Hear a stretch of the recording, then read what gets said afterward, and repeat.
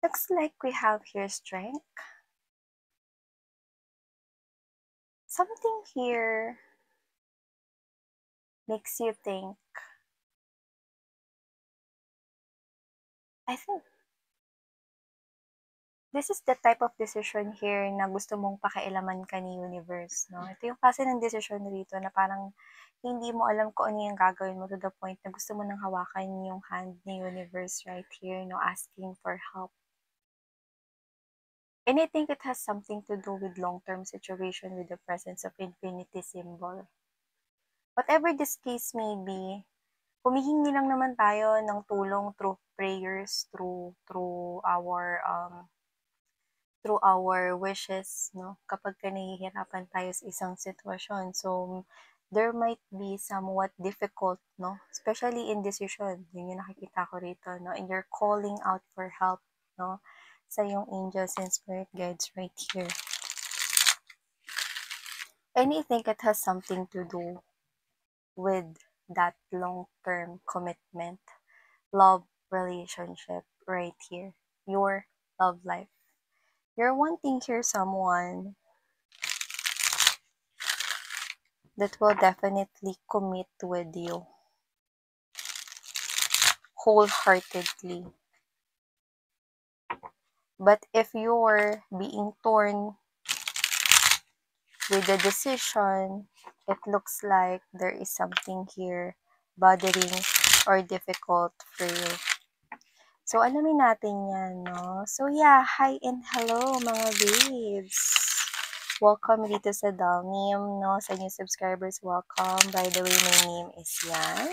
As a returning subscribers, thank you so much. So, you might want to hit that subscribe button na para ma-update kayo, no? Parang pindot mo yung bell, no? Yung notification para ma-update kayo instantly because I do not know kung anong oras ko rin ma-upload yung mga readings, but I'm gonna make sure na everyday po is meron. So yeah, let's go ahead, no, and find this situation here for you guys. What is it?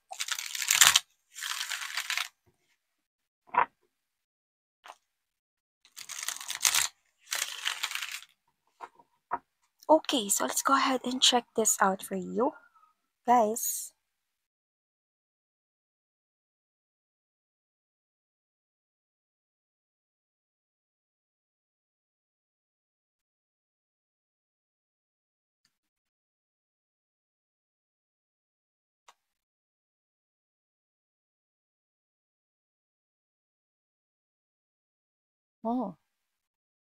So, nakakita tayo ng kalituhan sa iyong energy, no? Parang nalilito ka sa sitwasyon na ito. Pero nakikita ko na parang napapagod ka rin, no? At the same time, alam mo yung gusto mong gawin 'to or gusto mong i-push 'tong desisyon na 'to 'no, pero at the same time may pumipigil sa'yo rito. Ayan 'no, magkaiba yung nakikita ko rito 'no, na parang ganito, with this, meron ka ditong gustong i-end with the presence of this death card energy. At mukhang desidido ka na dun kasi napapagod ka na, 'no? Napapagod ka na mag-effort, napapagod ka na na ibigay ang iyong all dito, 'no? And I think it's a partnership. And I'm picking up that this is something here, 'no, na involve yung puso mo. So, nakikita ko na dito gusto mong gumawa ng desisyon, 'no, na i-cut yung person at tuluyan na tuldukan, 'no, ang partnership or ang love, romantic relationship. That's what I'm picking up more likely, high potential, 'no. Gusto mong tuldukan na 'to, 'no. I'm picking up that this is you deciding, yung iba nakapagdesisyon na kayo, makikipaghiwalay na kayo with your person here. You're making a decision to break up with someone or to separate yourself from this person here. Your mind is telling you to do it. No? Sinasabi ng puso mo, ituloy mo yan. Okay? At maaaring yung iba ginawa na to. No? Sinasabi ng isip mo rito, ng brain mo, ng mind mo na ayoko na, pagod na ako. Kailangan ko nang tapusin ito. I'm gonna cut this person out in my life. But my heart is saying, no, wait lang. And this is you, nalilito ka. Ano ba yung dapat kong sundin? Yung puso ko o yung isip ko? You're stuck between two options here. Kanino ba ako makikinig? Sa isip ko Yung isip ko sinasabi dito na parang unahin ko naman yung sarili ko, nakakapagod na to deal with this person here. I want to separate from this person here kasi hindi ko nakukuha yung pagbabagong gusto ko. At pwedeng 3 beses ka na rin yung binitrade. I'm picking up that. At itong 3 beses na 'to na parang yung iba sa inyo sobrang napagod kayo 'no, na parang patawarin 'no, pero ilang beses niyo na siyang pinagbigyan 'no, and now this is you na parang, "Ayoko na, pagod na ako. Ayoko na makipag-deal sa'yo. Gusto ko ng tapusin na natin 'to for good. I want to free myself from that kind of person." Gano'n ka 'no, and this is you. Mukhang yung mind mo is talagang fix na. Gusto ko na talagang makipaghiwalay sa kanya. Gusto ko na lang tapusin talaga 'tong paghihirap ko rito. But my heart is saying, "No, okay, anong gagawin ko?" We have here the Queen of Cups energy. Your love for this person is so deep, no? Like that ocean in the background. You love this person here, no? At minsan mo na rin talaga, no? Nagkaroon ka dito ng fantasies, no? Illusion, no? Na itong person na to, dahil mahal mo siya, yung pagmamahal mo para sa kanya, makakapagpabago sa kanya. But we, no? We human beings, meron tayong kanya-kanya rito mga sari-sarili natin 'no, na pag-uugali, behavior, characteristics 'no, at meron tayo na sa sarili natin 'no, na parang may option tayo 'no, kung tayo ay makikinig sa iba, kung susundin natin yung sarili nating isip 'no, o sarili natin rito mga desisyon 'no. And I think your person here, this is you, you are this person's here 'no, star. Alam niya na swerte siya sa'yo rito 'no, ilang beses mo na rin siya rito tinanggap 'no, kahit ilang beses na rin niyang nasugatan rito yung puso mo. And this is you, okay? Out of all the connections na na naka-connect niya in the past 'no, you are someone here na alam niya na talagang nagbibigay sa kanya rito 'no, ng pagmamahal na totoo, oras, panahon, binuhos mo 'yan. And you are also being seen by this person here na ikaw ay kakaiba, 'no. Pero sa nakikita ko rito with Death 'no, meron siya ditong mga malalaking ginagawa rito and I think yun ay magkakaparehas lang. So, meron siya rito mga betrayals na ginawa sa'yo na magkakapareho, magkakamukha. So, let's say 'no, yung kung ano man yun, general reading ito. Ano naman yung betrayals na yun, yung iba puwedeng may options diyan. Puwede rin naman yan ay third party na tao 'no. Nakikita ko dito na paulit-ulit ng pare-parehas lang 'no, pare-parehas na betrayals yon 'no. Puwedeng kung yan ay third party 'no, third party na na nakakuha tayo dito na bumalik sa ex or kung hindi bumalik sa ex nakipagkita rito sa ibang person, sa ibang ka 'no. And yung sumunod na betrayal 'no is gano'n pa rin, third party pa rin, 'di ba? So, whatever the case may be, whether it's third party na person or options dito na magkakamukha yung ginagawa niya rito, no, na pare-parehas yung mga kasalanan niya sa'yo in the past. And this is you, pwedeng, yun na naman, no, nagkasala na naman siya no, with the same thing recently and now, ayoko na. Hindi unlimited ang pag-asa or chance na binibigay ko. May hangganan din to. That is your brain. But definitely, this person here keeps on coming back to you. Pinipigilan niya 'to, ayaw niya makipaghiwalay ka sa kanya, sinusuyo ka niya rito, and this person here is making this hard for you. Why? Because your heart loves this person here. May pagmamahal ka pa sa kanya. Okay? Your heart is minamahal pa rin 'tong person na 'to. No, tinatangi pa rin siya ng puso mo, may puwang pa rin siya sa puso mo, and okay, you're denying that maybe in front of other people, but you yourself, you know that this person here still has that place in your heart.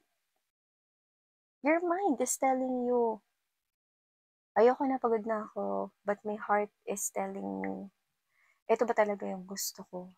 Ready ba talaga akong pakawalan 'tong person na 'to?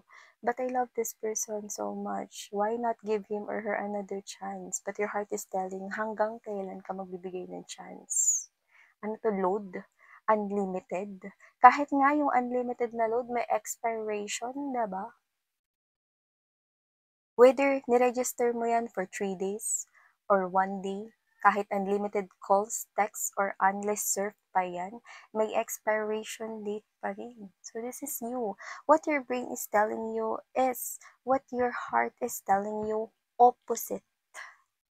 Magka-ibang direksyon ang nakikita ko rito at nahihirapan ka. And this person here is ayaw niyang i-end tong connection na to sa inyo. Let's go find out why. Because this person here, hindi siya nagbabago. He or she is doing the same mistake, no? Yung pattern niya ay iisa.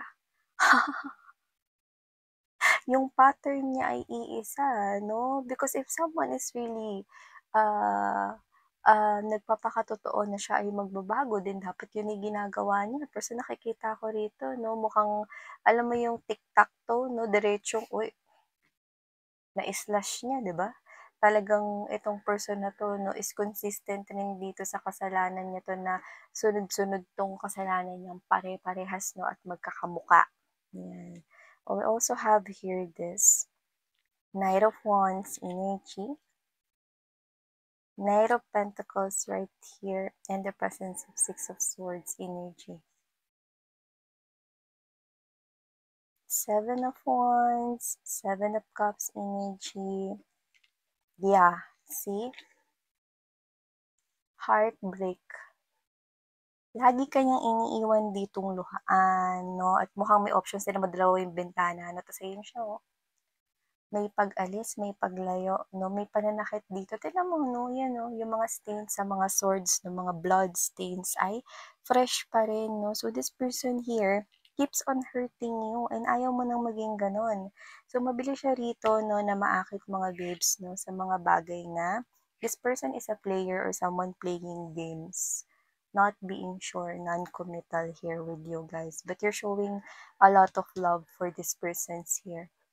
So, with the Knight of Pentacles energy, I'm sensing that this person here is someone, no, na madali siya ritong maakit sa loss.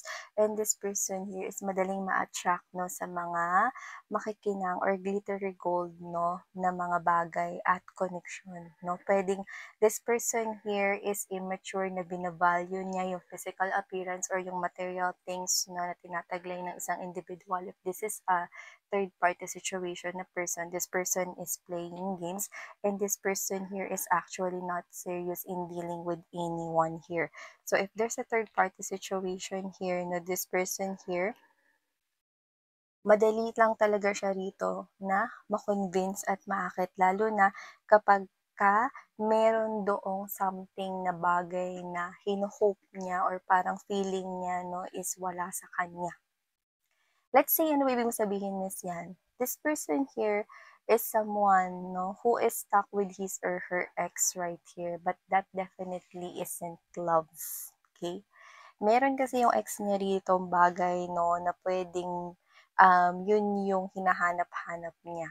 Isa itong makinang na bagay, isa itong bagay, no, na parang nagdadala sa kanya rito ng loss, no, at ng kind of desire, no, na ay gusto ko niyan, no. And if that person here has lots of money and finances, then definitely that is that thing. That is not love. It's the money. Okay? Or if this is not here money or glittery kind of thing, no, maybe someone here is wanting to have that specific lust or desire that you cannot give, and he or she is nakita niya yun sa iba at nakuha niya yun dun, no? And this person here is someone who is giving me this type of immature vibes na player siya dito. Yung iba, may itsura, no? Pero ginagamit nila sa hindi magandang bagay. Yan. So, spirits are saying, don't be confused because you know the truth.